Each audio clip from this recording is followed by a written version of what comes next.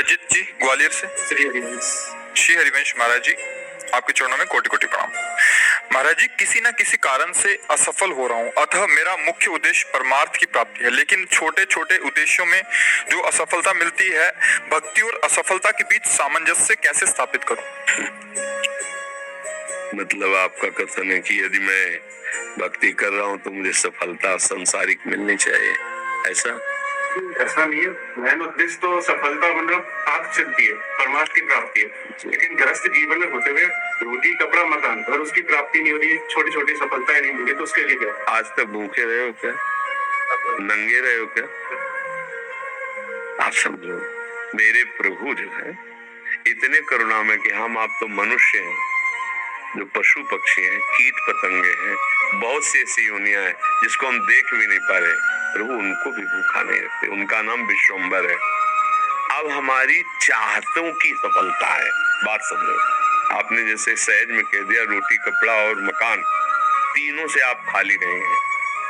ईमानदारी से बोलो, जिस दिन तुम नंगे घूमे हो और जिस दिन तुम्हें छत के नीचे न रहने को मिला हो और जिस दिन तुम भूखे रहे हो, वायु न मिली हो, जल न मिला हो सकता है अन्न न मिला हो, लेकिन प्राण पोषण के लिए दो आवश्यक है, वायु और जल, है ना?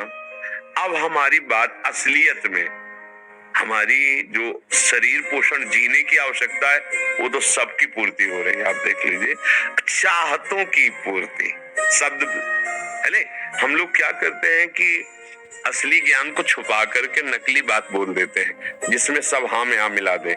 ये नकली बात है कि हमें रोटी कपड़ा और मकान तो चाहिए, पक्का प्यारे वो पशु पक्षियों को भी देता है। घोंसला बनाने की, आप देखो उनके घोंसले कैसे बने, आप बनाने में फेल हो जाएंगे, नहीं फेल हो जाएंगे? कैसे वृक्ष में कैसे हिलगा के वो घोंस, उनको बुद्धि दी, किस स्कूल में जाके सीखा है उन्होंने? हरि ने दी, हरि ले, तुम अपने वास की व्यवस्था कैसे करो, ऐसे बना दिया। भोजन की व्यवस्था उनको सिखा दिया। कोई भी सृष्टि में ऐसा नहीं है जिसका माता की तरह भरण पोषण भगवान ना करते हो। हाँ, अलग अलग जिनको जैसा भगवान ने। अब हमारी जो असफलता है उसमें हमारी चाहत है, मैं कपड़ा तो पहनूं पर ऐसा पहनूं, समझना, रोटी तो खाऊं पर ऐसी खाऊं, मकान तो हो पर ऐसा हो। समझ पा रहे हैं आप? अब इसके लिए हमारा कर्म कार्य करेगा। पूर्व का प्रारब्ध यदि हमारा बहुत बुरा है तो आज तुम बहुत अच्छे आदमी हो, अच्छे मार्ग में चल रहे हो, वो आपको बाधा पहुंचाएगा, आपको सहना होगा। समझ रहे ना? वो आपको बाधा पहुंचाएगा। अब जो ये नाम हम आपको बता रहे हैं कि नाम जप कीजिए, धर्म से चलिए, वो युद्ध करेगा उस प्रारब्ध से, आपको गिरने नहीं देगा, आएगा। आप जो कार्य कर रहे हो उसमें सम्यक जो फल मिलना चाहिए नहीं मिला, आपको असंतुष्टता होगी, क्योंकि आपने ऐसे पूर्व में कर्म किए हैं। अब वो आपको बाधा पहुंचा रहे हैं, लेकिन आप भजन कर रहे हो ना, तो आपको निरुत्साहित होने नहीं देंगे। चलो, एक कर्म निष्फल हुआ, दूसरा हम 100 बार उसका अनुष्ठान करेंगे, कितनी बार निष्फल होगा? एक दिन तो सफल होगा ही नहीं, निकल जाओगे, निकल जाओगे। सफलता तुम्हारे चरण चूमेगी। प्रारब्ध कोई देवता नहीं है, हमारा किया हुआ पूर्व कर्म है। हम नया कर्म इतना बलवान करें कि उसको रौंद दे। बात समझो। और उसके लिए अब छोटी मोटी बात नहीं काम करेगी, छोटा मोटा कर्म काम नहीं करेगा। डट के हमें धर्म और डट के भजन विध्वंस करके, अगर विध्वंस ना होते तो फिर मोक्ष कैसे होता? मोक्ष मतलब जानते हो, सब कर्म नष्ट हो गए अनंत जन्मों के, और इस जन्म के भी बिल्कुल मोक्ष मतलब बिल्कुल मुक्त, अब कोई बंधन नहीं हो, भगवान का स्वरूप हो गया। तो हुआ तो इसी जन्म में, जो हमने साधना की, जो भजन किया, जो चिंतन किया, जो सत्संग किया, मारा इसने पूरी आग लगा दी। कर्मों को संचित कर्म विध्वंस हो गए, जमा गोदाम क्रीमाण जो कर रहे हैं, ये चिपकाव फसाव वाले नहीं हुए, क्योंकि सब समर्पित कर दिए भगवान को। प्रारब्ध आया, भजन के बल से उसको भोग रहे, वो मैं परास्त नहीं कर सकता, निकल गए आगे। सुदामा जी की दशा क्या थी? नहीं थी, ये भी व्यवस्था नहीं थी। परिणाम में क्या हुआ? जैसी द्वारिकापुरी वैसी सुदामापुरी। फल की चिंता मत करो तुम। असफलताएं और सफलताएं ये हमारे मार्ग की पड़ाव हैं, कोई गर्मी वाला, कोई सुखद वाला। मार्ग का चलने वाला पथिक इन पड़ावों में फंस करके अपने मार्ग को नहीं भूल जाता है। असफलता तुम्हारे जीवन की सफलता का स्वरूप बनेगी।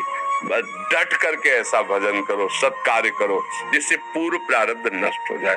सच्चाई की, आध्यात्म की बात यह है। अब चोरी, हिंसा, अधर्म आचरण तो वो तो पूर्व प्रारब्ध है ही, नया कर्म भी बिगड़ गया, दोनों मिलकर फिर आपको जीना मुश्किल कर देंगे। और होता है, देखो ना, पिता को मार डाला कि जल्दी मरे हम इस प्रॉपर्टी का भी, पिता को मार डाला और आप जेल गए, संपत्ति यूं ही पड़ी है, तीसरा उसका भोग कर, विवेक खत्म हो जाता है। विवेकवान बनो, जैसी भी परिस्थिति हो उसमें राजी होना सीखो, वो आपके ही कर्म का परिणाम है। और ऐसे नवीन कर्म करो कि विध्वंस कर दो उस प्रारब्ध कर्म को जो तुम्हें झुकाना चाहता है, मिटाना चाहता है। हमारी प्रार्थना को अगर आप समझोगे तो आगे बढ़ोगे। अपना ही कर्म कोऊ न काहू के सुख दुख कर दाता, निज कृत कर्म भोग सुन भ्राता। तो बोले संतों के पास क्यों जाया जाता है? यही समझने के लिए। अब हम क्या करें जिससे हमारा कर्म हमको परेशान न कर पाए? वो है ज्ञान, वो है भक्ति, वो है भगवान का आश्रय। जब घर में भोज आते हो, भिक्षा भी नहीं मिली तो पत्नी पूछती कि बच्चों को कैसे जिलाएं? तो तुलसी दल उतारते, ठाकुर को भोग लगाते, आधा आधा तुलसी दल। उनका एक मित्र था जो धनी के यहाँ वो पुरोहित कर्म करता था, डोली में बैठ के निकलता, पालकी में। वो कहता है, सुदामा जी हमारे यहाँ जो सेठ है ना, उनके यहाँ चलो, थोड़ी देर श्लोक बोलना।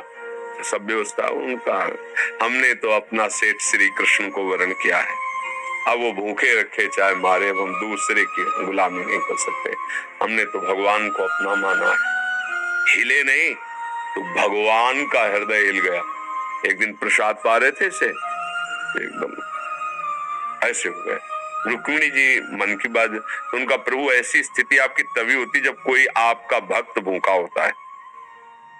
तो भगवान के आंसू आ गए। हमारा पुराना मित्र है सुदामा, और कई दिन से उसके घर में भोजन नहीं, बच्चे। बोले प्रभु आप दुखी हो रहे हो, महालक्ष्मी स्वरूप आप आदेश करो, त्रिभुवन की राज्य लक्ष्मी उसके घर में। तो उनका बात तो यही कि उसके अंदर कामना नहीं है, और मेरे भक्त के अंदर यदि कामना नहीं होती तो माया मैं नहीं देता। मेरे भक्त के अंदर कामना नहीं होती तो मैं माया, और वो निष्काम भक्त है सुदामा, उसके अंदर कभी कामना आ ही नहीं सकती कि हे भगवान भोजन तो दे दो, कभी नहीं।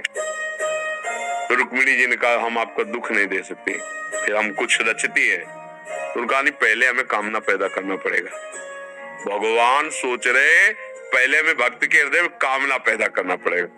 गए एक भिक्षुक के रूप में, जब सुदामा जी भिक्षा को गए थे, भिक्षाम दे, अतिथि धर्म गृहस्थ में बहुत बड़ा धर्म होता है, दरवाजे आए हुए का आदर करना चाहिए। तो कुछ ना हो तो वचन से है, निकली भिक्षाम दे। तो उनका भगवान हम भिक्षा देने लायक नहीं है। क्यों? उनका एक पुत्र हुआ है, इसलिए सूदक है। ठीक है, 15 दिन बाद आ जाएंगे। बोले मत आना, क्योंकि हमारे जो पुत्र हुआ है वो दरिद्र नामक पुत्र हुआ है, और इसका सूदक पूरे जीवन में नहीं जाएगा। अर्थात हम दरिद्र हैं, हमारे पास कुछ है ही नहीं जो मैं आपको दे सकूं। भगवान ने कहा सुना है तुम्हारे पति के मित्र द्वारिकाधीश भगवान है, जिनके मित्र श्री कृष्ण द्वारिकाधीश है, उनकी ये दशा, एक बार कहो ना अपने पति से कि अपने मित्र के पास जाएं।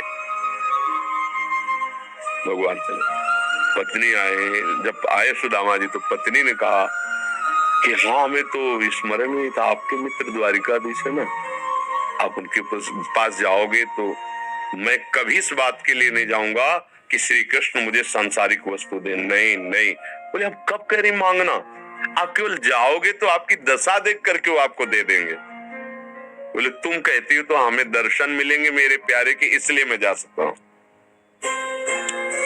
अब मित्र के पास, गुरु के पास जाए तो कुछ ऐसा शास्त्रीय सिद्धांत है, कुछ भेंट ले जाए, बेटी के यहाँ जाए, गुरुदेव के यहाँ जाए, आराध्य देव के यहाँ जाए, ऐसा, और मित्र के यहाँ जाए तो उनका भेंट के लिए, अब खुद खाने के लिए भेंट क्या, सुदामा जी की पत्नी उनका देखो प्रयास करती, 4-5 आस मोहल्ले के घरों में गई तो कुछ तो ऐसे थे, देखते ही बंद कर लेते थे दरवाजा कि मांगेगी आके और क्या है। थोड़ा एक प्रिय भाव रखती थी। तो हमारे पति द्वारिकाधीश से मिलने जा रहे हैं, कुछ उनकी भेंट के लिए। तो सूप होता है, सूप से जैसे पछोरा जाता है, अच्छे चावल पीछे हो जाते हैं, टूटे वाले आगे हो जाते हैं। वो टूटे हुए तंदुल जो वो दिए, क्या ले लो, वो तंदुल लिए 3 मुट्ठी। अब उनके पास अच्छी रुमाल भी नहीं थी, क्योंकि सब पैसे से होता है, गरीब, इतने गरीब। अपनी फटी हुई कपड़े की धोती, उसमें चावल। पूरा बहुत बड़ा चरित्र। पर जब भगवान के द्वार में पहुंचे, जहां ब्रह्मा और शंकर भी खड़े रहना होता है, वो द्वारिकाधीश का वैभव।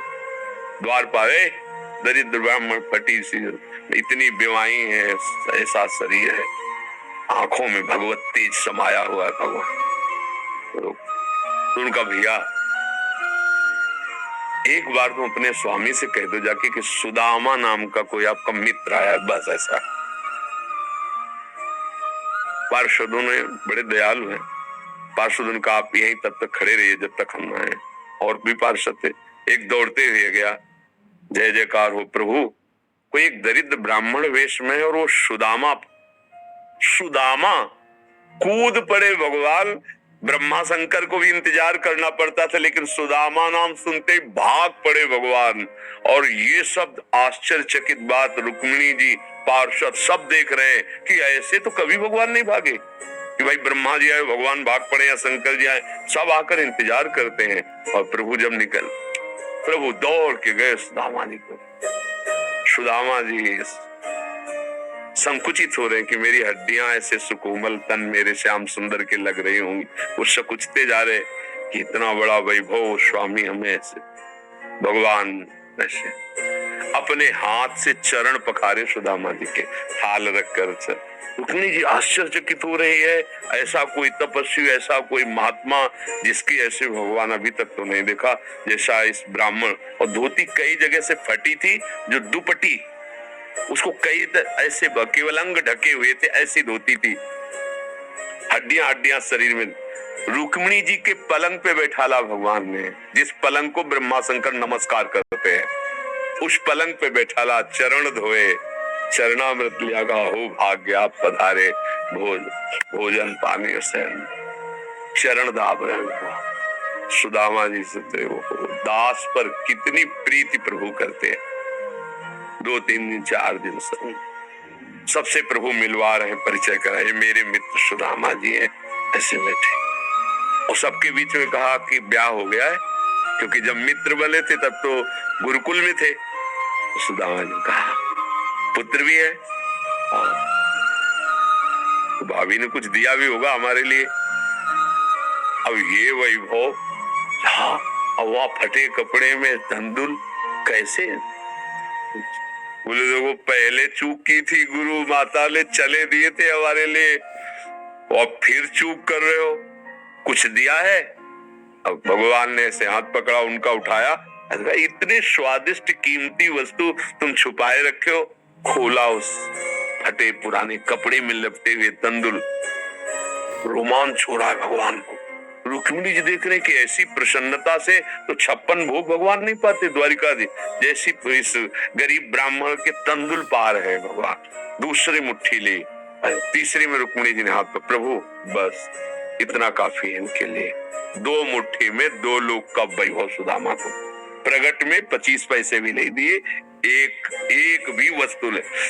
3-4-5 दिन आनंद लिए, तो फिर सुदामा जी से कहा कि तो भगवान ऐसे चले। सुदामा जी ने सोचा कि प्रगट में तो कुछ दिया नहीं, हमें लगता विदा करने चल रहे तो कुछ अगर 2-4 असरफी भी होंगी तो खान पान व्यवस्था तो चली जाएगी। भगवान ने कहा जो अच्छे कपड़े पहनाए थे, रास्ते में कोई उतार सकता है तो उतार दो, अपनी धोती पहन लो। यहाँ पर रास्ते बोले आप इधर से ऐसे जान, फिर वहां से मुड़ जाना। बोले हम तो आए थे तो रास्ता तो जानते ही, प्रभु चले।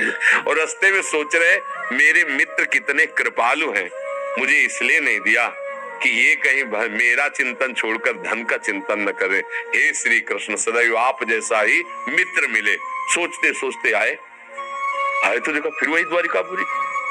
बोले मेरी बुद्धि मारी गई है कि वास्तविक यहाँ कोई रचना हो गई। यहाँ तो हमारी एक छोटी सी कुटिया थी, ऐसा ऐसा। देखा कि उनकी पत्नी जो है स्वर्ण थाल लिए दास दासियों से आरती उतारने। तो उनका तुम कौन हो? तो उनका आपकी दासी हूँ, आपकी पत्नी। ये सब बोले जिनके पास गए थे ना उन्होंने सब अश्रुपुलकित हो रहे कि वास्तविक तेरे दरबार की आली निराली शान ये देखी, सखावत खुद तेरी गलियों में चक्कर काटते देखा, फैलाया हाथ जिसने तेरे दरबार में आकर तुझे देते नहीं देखा, मगर झोली भरी देखी। ऐसे अगाध सिंधु भगवान का दासत्व भला हमको निष्फल कैसे हो जाए? हम जो राधा राधा जप रहे, हरि हरि, ये कभी निष्फल हो सकता है। पर धैर्यवान रहो, धैर्यवान रहो। समय से जब आएगा तो आप निहाल हो जाओगे। अश्रद्धा मत करो और ऐसा भी मत सोचो कि भरण पोषण मैंने, ऐसा नहीं। त्रिभुवन में कोई नहीं है, सबको जैसे राजी हैं भगवान वैसे सबका भरण। किसी को 1 कुंतल मांस चाहिए तो उस पशु को भगवान उतनी व्यवस्था किए। किसी को कितना चारा चाहिए उतनी व्यवस्था किए। कितना सबको, पूरी सृष्टि को भगवान दे रहे हैं। इसलिए ऐसा तो कभी अश्रद्धा करना मत और धर्म से चलते रहो, नाम जप करते रहो, पूर्व कर्मों से लड़ो, निराश होना मत सीखो। आज सफल नहीं है तो हम कल सफल होंगे। ऐसा नहीं कि हर कर्म हमारा निष्फल चला जाए, ऐसा नहीं।